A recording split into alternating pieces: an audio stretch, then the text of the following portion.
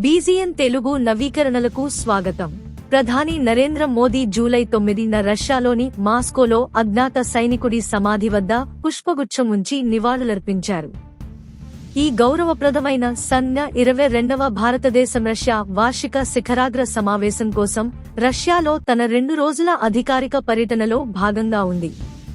తెలియని సైనికుడి సమాధి అనేది 2వ ప్రపంచ యుద్ధంలో తమ ప్రాణాలను కోల్పోయిన సైనికులకు అంకితం చేయబడిన స్మారక చిహ్నం. ఇది దేశ రక్షణలో చేసిన త్యాగాలను గౌరవిస్తుంది.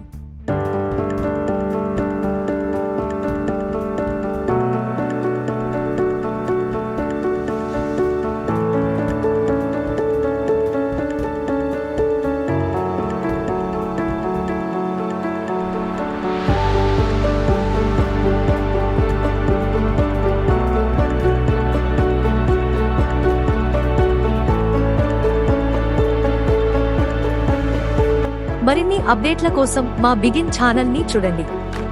మా ఛానల్ ని సబ్స్క్రైబ్ చేయండి. దయచేసి బెల్ చిహ్నాన్ని నొక్కండి.